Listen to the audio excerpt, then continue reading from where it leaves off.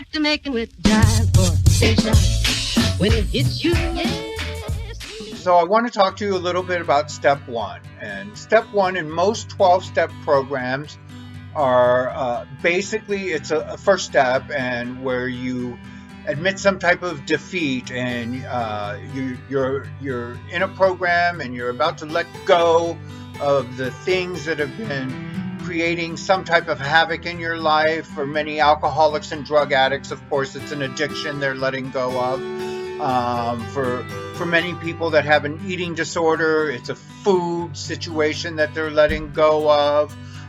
For people that shop beyond their means, it's of course the credit cards and not living within their means. But for somebody like myself who's been in the program, next month will be my 10th year. We're dealing with years of denial and not wanting to look at my stuff. So when I did step one this time around, of course, I'm looking at doing it about people, places, and things, and realizing where the problem is existing within me. So step one is we admitted that we were powerless over alcohol, or drugs. But for me, it was about I was admitting that I was powerless over people, places, things, and emotions and food and on a deeper level, and that my life is still a little bit unmanageable. And so that's what my writing is about today. And so I'm going to read a little bit about what I wrote. So I wrote about unmanageability, and unmanageability certainly has changed for me in the 9+ years of my recovery. Early on, it just represented the fact that I was detoxing from alcohol and drugs, but I failed to realize that I had transferred my addiction over to caffeine and nicotine, or at least so I thought initially. My nerves were bad. I had been keeping myself busy. You see, there is this wounded child that I had harbored deep inside that I kept guarded and protected. I had in the past been asked to look at this situation early on in my recovery, but I was not ready to take such a journey. It represented the loss of innocence, and I am far from that place, you see. There had been so much that had happened in my life. I possibly could never have a nurturing moment to allow that wounded child to heal, let alone appear.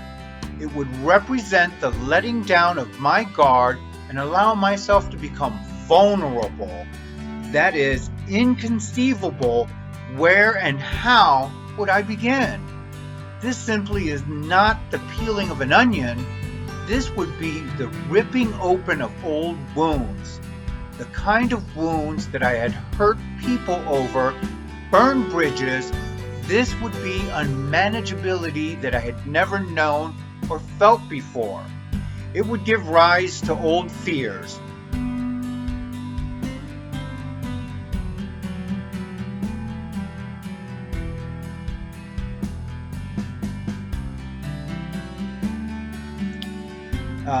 That had disappeared with the assistance of narcotics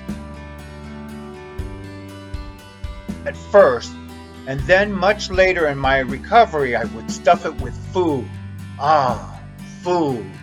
Now there is a guilty pleasure that just talks to me in the worst way, or quite possibly better than any man I have ever met, for the pure satisfaction that it delivers. This particular unmanageability created a delay in my gender-affirming surgery that forced me to deal with alone. Not completely alone, but not publicly like I had done with drugs and alcohol. You see, the likelihood of me drinking or using for the reason of pure effect has been lifted, and that's been the gift of the program. That's the smart feat, of course.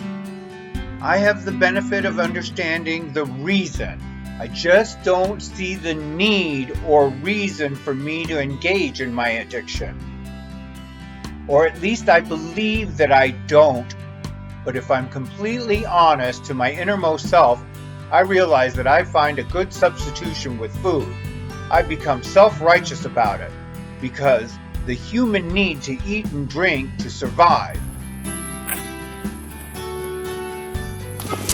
What's going on there? I should have brought my cane or something so I could get disabled seating for us. Oh, you think the cane gets it? This is where the considerable amount of unmanageability exists for me. I also engage in quite a bit of broken people rescue work. It is the best distraction from having to look at self. I am good at it. In the moment, people tell me that I am being of service.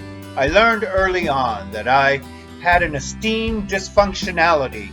In order to correct that, I proceeded to do esteemable acts. That too can be quite addicting and lending to the cart of unmanageability. So there are a few situations in my life that lends to unmanageability that falls under the title of character defect. But for the sake of thoroughness, the love of inanimate objects, psychologically in nature. This constant desire to isolate. If it were not for my commitment and work, I would rarely leave the house. There is also what I refer to as a Captain Save-A-Ho syndrome that I repeatedly find myself involved in as early as my trip to Valley Presbyterian Hospital with Eddie concerning a 12-step issue. I got loud in the hospital and stormed off, turning serious matters into a joke so that it is easier to laugh at them than to sit with the gravity of the tragedy that weighs on myself. There is also the way I treat myself personally, privately, and quietly with a demanding and awkward nature. I push, expecting to respond with the kind of desperation that we hear talk about in the rooms, similar to what we read in the literature. I set that expectation.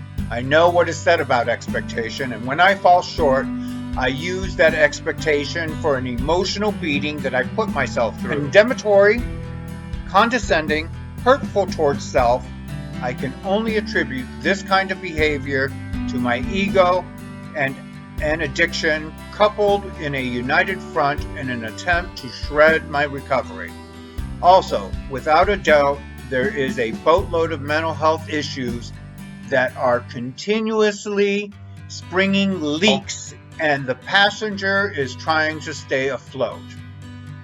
So that is just a little bit of insight into what I believe is some of the unmanageability that keeps continuously showing up in my life.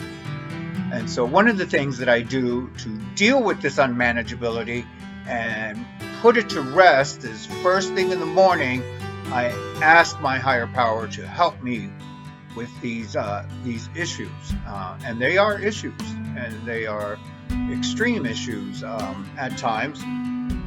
And right at the moment, I'm dealing with a lot of isolation that I'm doing. I'm here all alone except for Bo, and Bo just sleeps most of the time.